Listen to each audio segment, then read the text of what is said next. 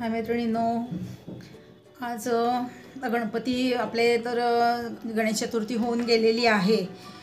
आता नारळ भरपूर उरलेले, त्यामुळे काय झालं, मोदक तर भरपूर खाल्लेले आहेत। तळणीचे खाल्ले, उकडीचे खाल्ले, सगळ्या प्रकारचे मोदक झालेत खाऊन। खिरी पण सगळ्या प्रकारच्या झाल्या, नारळाची पण खीर करून झालेली आहे। तर आता नारळ थोडेसे उरलेले आहेत, त्याचं काय करायचं, तर थोड्या नारळाची मी केली खवा घालून बर्फी। आता आणखीन 2-3 नारळ शिल्लक होते, मग मी काय केलं, आज ठरवलं की नारळी भात बनवायचा।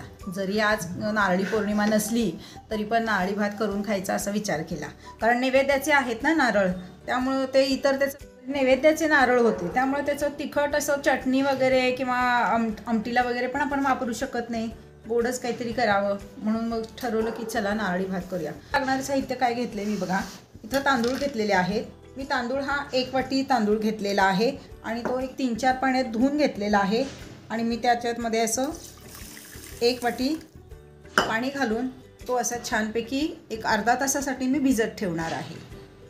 दुसरं घेतलेलं आहे हे नारळाचं दूध आहे। आपण एक नारळ होता, त्यातला अर्धी वाटी नारळ मी खवून घेतलेला आहे आणि अर्ध्या वाटी नारळाचं मी असं दूध काढलेलं आहे घट्टसर असं, आणि हा अर्धी वाटी नारळ छानपैकी ते असं किसून घेतलेला आहे। किसणीवर किसायचा नाही, हा आपण ह्याच्यावर किसायचा, वेळीवर वगैरे आपण हा छान किसून घ्यायचा आहे, अगदी बारीक असा झाला पाहिजे। आणि गूळ मी इथं बघा सेंद्रिय गूळ, नेहमी मी सेंद्रिय गूळ वापरते, पण नारळी भातासाठी मी खास करून सेंद्रिय गूळ घेतलेला नाही मुद्दामून, का तर मला ह्याचा थोडासा कलर असा छानसा असा टेम्पटिंग हवा होता, म्हणून मग मी इथं हा पिवळसर असा जो गूळ आहे तो आपला पुरणपोळीचा, तो गूळ मी इथं वापरणार आहे। आणि दुसरं साहित्य लागणार आहे आपल्याला ड्रायफ्रूट्स तुमच्या आवडीनुसार तुम्ही कुठलेही घेऊ शकता। मी इथं काजू, बदाम, पिस्ते आणि चारोळे असं घेतलेलं आहे, आणि बेदाणे 3-4 घेतलेले आहेत, आणि काळे बेदाणे 3-4 घेतलेले आहेत, आणि जायफळ आपल्याला इथं थोडंसं घालायचं आहे, आणि वेलची मी इथं 3 ते 4 वेलचींची असे फक्त नुसतं अशी भरड करून घेतलेली आहे।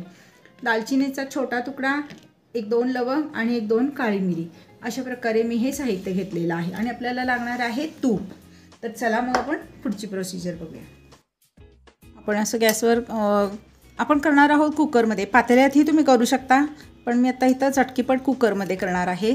तर मी कुकर ठेवलेला गरम व्हायला, तर मी याच्यामध्ये घालणार आहे 4 चमचे तूप वितळवलेलंच घालायचं आपण, म्हणजे अंदाज येतो साधारणतः। आणि पोह्याचे 4 चमचे मी तूप घालते, मोठा असेल तर तुम्ही एखाद दुसरा घालू शकता। तर आपल्याला तूप फारसं गरम करायचं नाही आहे, थोडंसं कोमट गरम करायचं आहे। त्यात घालायचे आहे दालचिनी, लवंग आणि काळी मिरी, आणि ड्रायफ्रूट्स आपल्याला याच्यामध्ये घालायचे आहेत। बेदाणे आपल्याला आत्ता घालायचे नाही आहेत, फक्त आपल्याला बाकीचे ड्रायफ्रूट्स घालायचे आहेत, आणि ते थोडेसे असे आपल्याला परतून घ्यायचे आहेत। छान असे परतून झाले की नाही, तर याच्यामध्ये घालायचे आपल्याला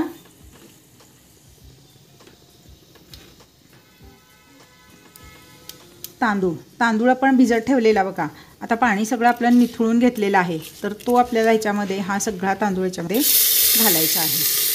मी इथं तांदूळ मोठा वापरलेला नाही, लांबडा, कारण हा बासमती असा छान बारीक तांदूळ आहे, तोच मी इथं यूज करणार आहे, आणि बासमती असल्यामुळं वास पण सुंदर येतो, आणि तो थोडासा आपल्याला तुपामध्ये परतून घ्यायचा आहे, असा छान असा वास बघा किती सुंदर आला, आणि असा छान परतून झाला, तुम्ही बघू शकताय बघा किती मस्त असं वास, तर खूपच खमंग सुटलाय। अजून काहीच घातलेलं नाही आहे आपण वेलची वगैरे तरी।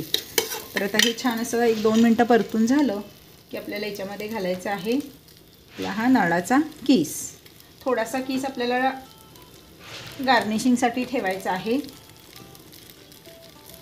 आता हे पण आपल्याला छानसं असं परतून घ्यायचं आहे। ह्या स्टेजला जर वाटलं आपल्याला एखाद चमचा जर तूप वाढवायला हवं, तर काही हरकत नाही, तुम्ही एखाद चमचा तूप वाढवू शकता। आपण शक्यतो भात झाल्यावर वरतून पण तूप थोडंसं घेणार असतो, त्यामुळे 4 चमचे सफिशियंट आहे 1 वाटीला।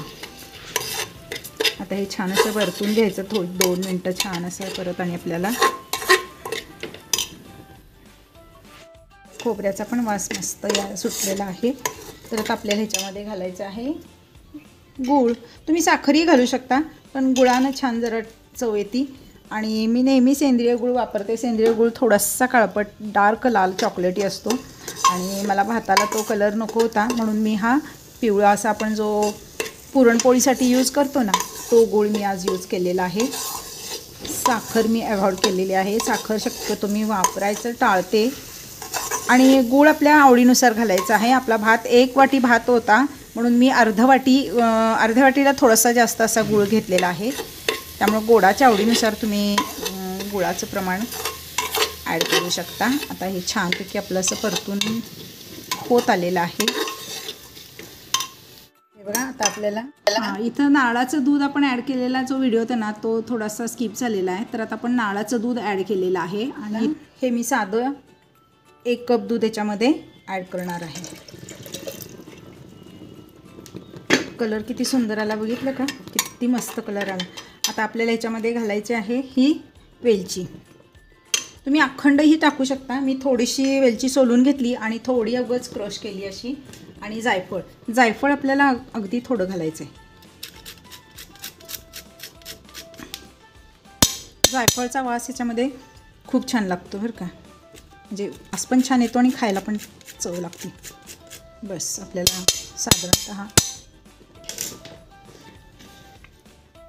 आणि हे काळे बेदाणे आणि आपले व्हाईट बेदाणे. तर हे बघा आता आपलं हे छानपैकी भात असा सगळा रेडी झालेला आहे. तर आता आपण काय करायचं, गॅसची फ्लेम मोठी करूयात. हे मी लो फ्लेमवर आपण केलेलं कारण तुपाची फोडणी होती. तूप आपल्याला अजिबात करपायचं किंवा त्याचा स्मेल इथपर्यंत आपल्याला हे करायचं नव्हतं म्हणून लो फ्लेमवर आपण हे सगळं केलेलं. तर आता आपण गॅसची फ्लेम करूया हाय आणि 1 उकळी आली की आपण लगेच झाकण ठेवून याला 2 शिट्ट्या देऊयात. एकदम मस्त हा भात अगदी सुंदर शिजतो आणि खायला पण अप्रतिम लागतो आणि चटकीपट होतो. काहीही टेन्शन. आता उकळी आली की नाही याला छानपैकी. तर आता आपण काय करूया, ह्याला मस्तपैकी आता ह्याला आपण झाकण लावून मीडियम फ्लेमवर आपल्याला 2 शिट्ट्या द्यायच्या. तर हे बघा मैत्रिणींनो, आपण 2 शिट्ट्या म्हणलेलं, मी 1 एक्स्ट्राची शिट्टी दिली होती. आता आपलं ही वाफ सगळी गेलेली आहे. तर आपण कुकर उघडून बघूयात.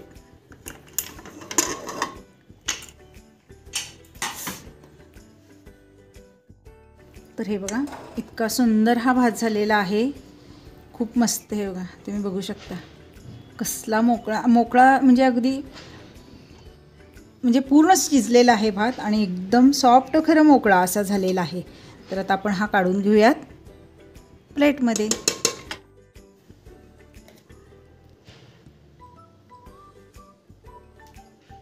इतका सॉफ्टनेस, इतका हलका आणि इतका सुंदर झालेला आहे बघा भात. तुम्ही बघू शकता खूप सुंदर आणि अगदी मऊ झालेला आहे. मऊ म्हणजे कसं भाताची शीत मऊ झालेली आहे पण भात गिचका झालेला नाही. हा सगळ्यात महत्त्वाचा याच्यामध्ये रोल आहे. हे बघा किती सुंदर झालेला आहे राईस हा आणि वास तर असला खमंग सुटलेला आहे. तर तुम्ही बघू शकता. आता आपल्याला ह्या राईसला आता छानपैकी आपल्याला गार्निशिंग थोडंसं करायचं आहे. तर तुम्ही बघू शकता आपल्याला याच्यावर ठेवायचं आहे. त्यावर थोडंसं गार्निशिंग करायचं आहे. हे मी काळे बेदाणे घेतलेले आहेत आणि हे आपले नॉर्मल बेदाणे आहेत. काजू आपल्याला याच्यावर गार्निशिंग करायचे आहे. बदाम आहेत आणि हे पिस्ते आहेत. पिस्ते इथं शक्यतो ग्रीन कलरचेच बघून घ्यायचे, छान वाटतात, दिसायलाही मस्त दिसतात. आणि सगळ्यात महत्त्वाचं म्हणजे आपल्याला ह्याच्यावर घालायचं आहे तूप. बघा किती सुंदर हा भात झालेला आहे. आणि आपण ह्याच्यावर ठेवलेलं आपण थोडासा नारळाचा चव शिल्लक ठेवलेला तोही आपल्याला ह्याच्यावरती वरतून असा थोडासा घालायचा आहे. बघा किती सुंदर झाला आपला हा नारळी भात. तुम्ही नक्की असा करून बघा. इतका सुंदर होतो, इतका सुंदर होतो बघा. मी तुम्हाला भाताचं शीत पण दाखवते. हे बघा. आणि मी इथं घेतलेला होता बासमती राईस, त्यामुळं बासमतीचा पण सुंदर वास येतोय आणि भात पण छान झालेला आहे आणि भात पूर्ण शिजून तो मोकळा झालेला आहे. हे त्याच्या मागचं महत्त्वाचं हे आहे. तर तुम्ही नक्की असा करून बघा आणि खाऊन बघा आणि मला कमेंट्स करा कसा झाला होता भात ते. आणि सबस्क्राईब करायला विसरू नका. तर अशीच आणखीन एक रेसिपी घेऊन येऊयात. Bye bye.